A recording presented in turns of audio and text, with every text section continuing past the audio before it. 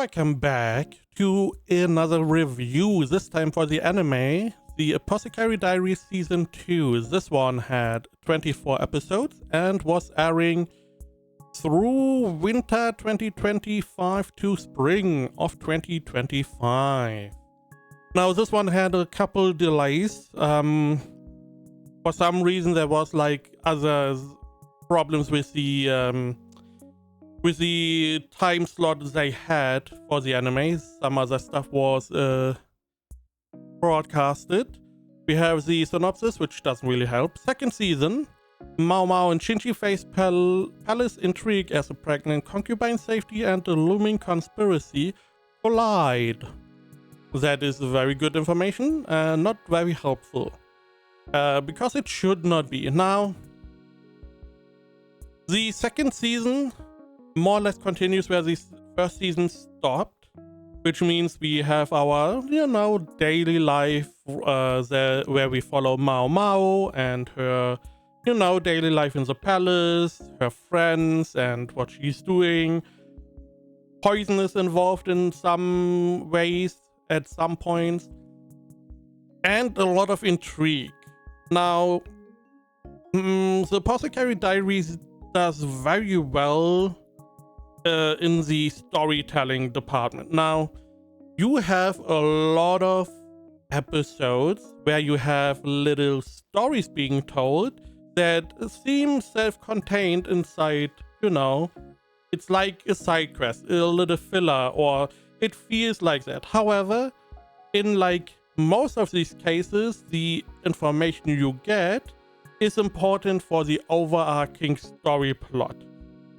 If you rewatch the anime, you get a lot of little hints and information yet that you may not have, taken in the first time you watch it. It is very well done. It just is, I like the main character, I like MaoMao. So that is already a plus. I like their dynamic, MaoMao and Shinji. Also a plus for me. I like the other characters. They all have, they more or less do what they are supposed to do. You have like Gao Shun, Shinji's right-hand man, who's just concerned about Shinji and, doing the best he can to, help Shinji live a more or less good life. And, keeping away people that are not beneficial or are just in it for something different. You have these different characters. You have Gokyo, who again is being shown as very smart, very calculating. She is a good boss. However, it is going to be very hard to get close to her if, because she doesn't trust easily. MaoMao had her in because in season 1 she, rescued or helped to rescue her daughter. And you have all these different characters. We get introduced to other characters like the mom of the emperor. We get more information about the previous emperor and what was going on. We get more information about some characters. And, every time we get a little bit of a side story, MaoMao is leaving behind like a comment. And it's like, hey, is that sure? Seemingly strange, and then turns out, okay, this was important information for like the more or less the story. Now, story-wise, we are following more or less the first season.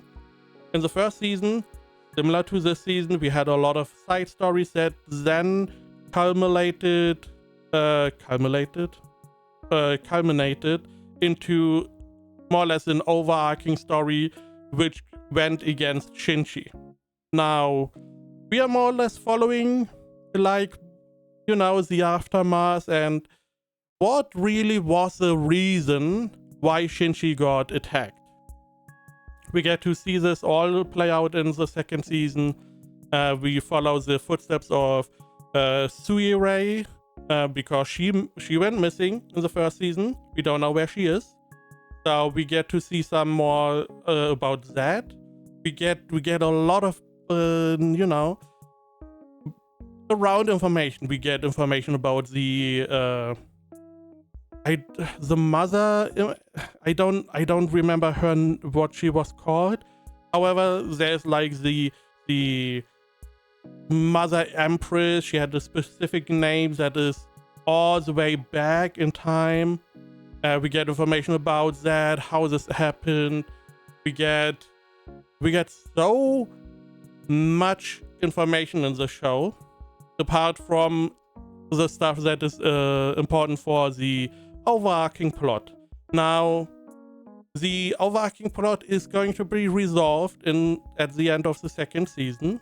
So every future seasons, you have to see if they can. I mean, the overarching plot feels resolved. I should clarify. I don't know if it is resolved, but it feels resolved. We have like a little bits and here which are like, okay, something is probably going to happen. So I don't know what season 3 is going to, deliver again. I don't know if they are able to deliver a similar narrative where we have all these little stories that then give like hints and information that bring us to the big story. And if you look in hindsight, or if you are smart enough, which I am not, you get like little hints of like, oh, that is interesting. I see what is going on.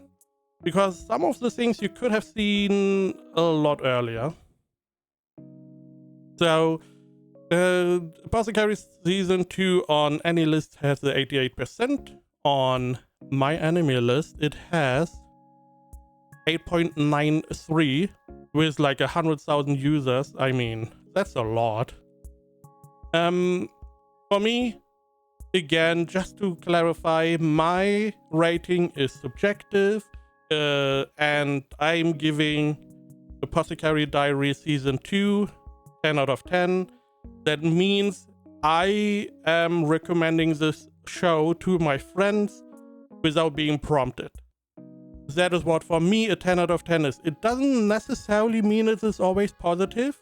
There could be a show so bad that I want people to see that it could go into this, bad 10 out of 10. So bad it is good. But in most cases, bad shows are just too far away. And this one, again, I was unable to not recommend this show because I read the light novel, and I read more or less a little bit further than season 2, and then I saw the manga that I was like a couple years ago, before the anime was even announced. I was like, hey guys, do you want to read this manga? Here's a link. Look at her, she's cute. And they were like, no, don't really want to read manga. So I have to give it a 10 out of 10 because since the beginning, I'm recommending this show to my friends. Season 3 was announced, so you have that. Looking forward to. Now, spoiler-wise, just going into some spoiler. Now, in season 2, we get more or less the resolve of the whole plot point of Shinji being attacked. We get to find out why he got attacked. We get to find out what really happens, what Suirai's connection is, and more or less that nearly everything that happened inside the palace was in some way connected to this plot.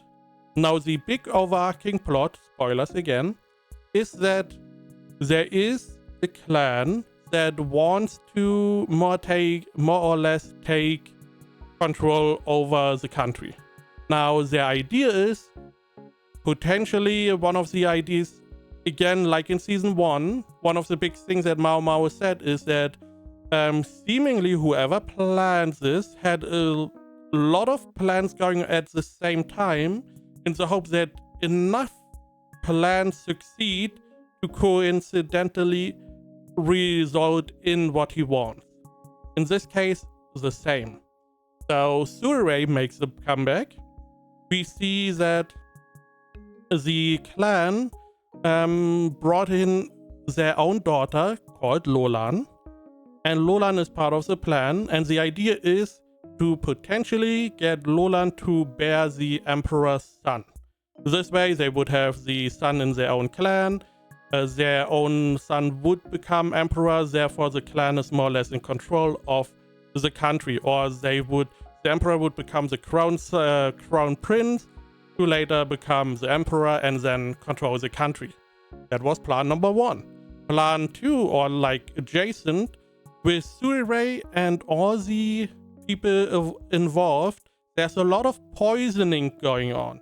We always hear that a lot of the children of the emperor already died because of some coincidences, poisoning.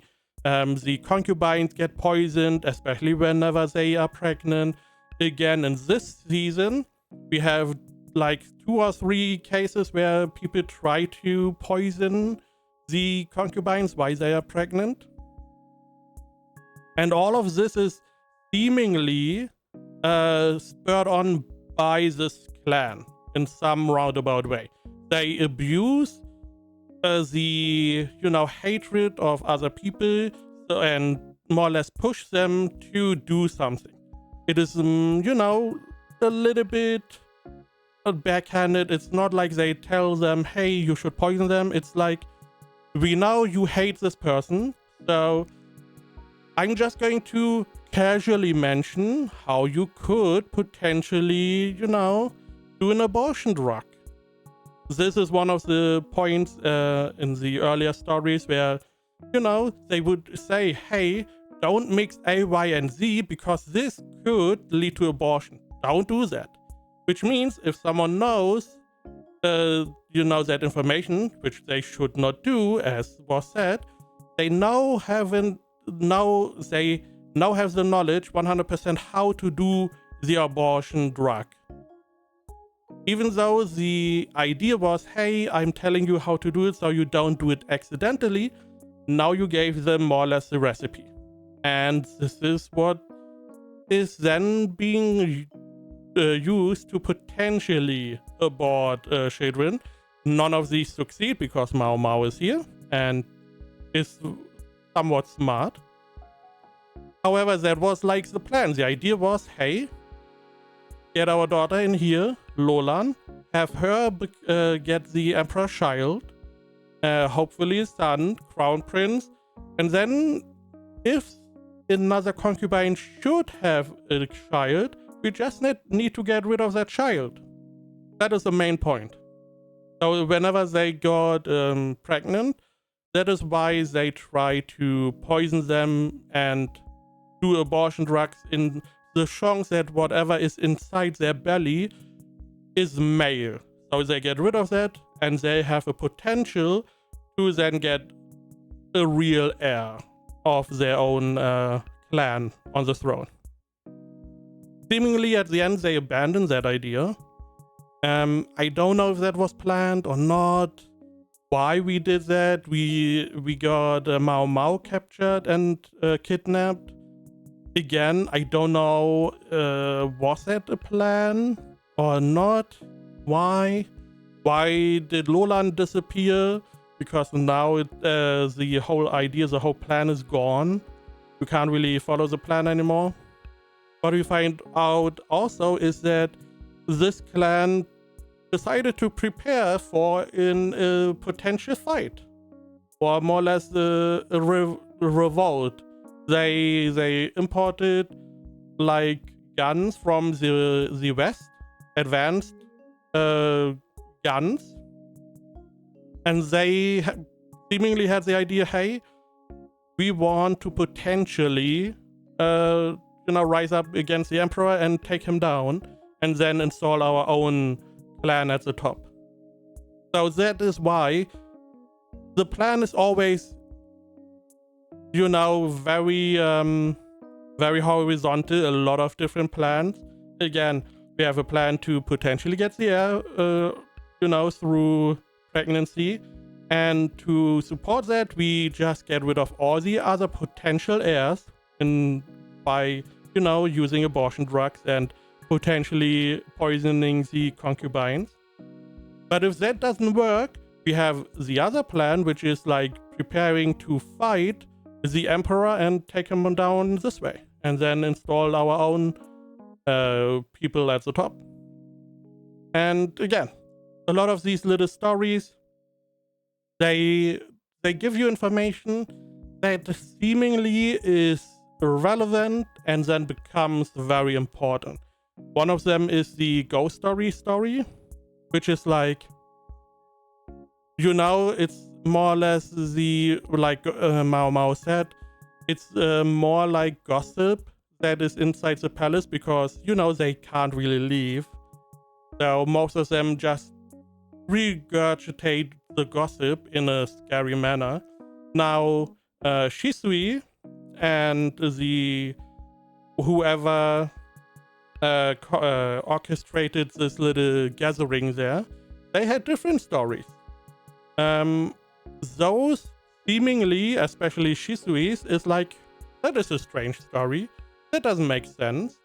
But in hindsight, you can definitely see that this is more or less a metaphor about, you know, her mom and stuff. Which is, you know, at the time, you probably didn't really catch that because you didn't have more of the information. But in hindsight, there you go. You got the information. The same with the old Emperor. We get more information about him. We know that he had questionable taste. We get to find out that something was behind that. That he was controlled by his mom, or he was very protected. And that his upbringing was a little bit strange. Also, we know what he did before he died. He was a great painter, but for some reason it's like, hey, Emperor not allowed to paint, so he was never able to really live, you know, his dream. And it seems like that he more or less got put on his questionable taste by some of the or by one of the children. Now, in quotation, because they are children. In today's day, children, you know, you can't really fault the children for anything, because, you know, they in most cases they don't know better. So that is why. In that case, it seemed like the child was calculating that. So, you know, she could have tried to do this. However, in the end, the adult is the one that should be able to say no to any advances, or, you know, they are supposed to know what is better. But because his upbringing was so shit, he seemingly was not really developing well. Again, a lot of backstory. We also find more about the former emperor's wife. How she felt. We know how the potential brother of the emperor was made, and that this was not necessarily consent that they participated in. So, you know, there's a lot of stuff going on. I just love the show. I like MaoMao. Yeah, I just love the show.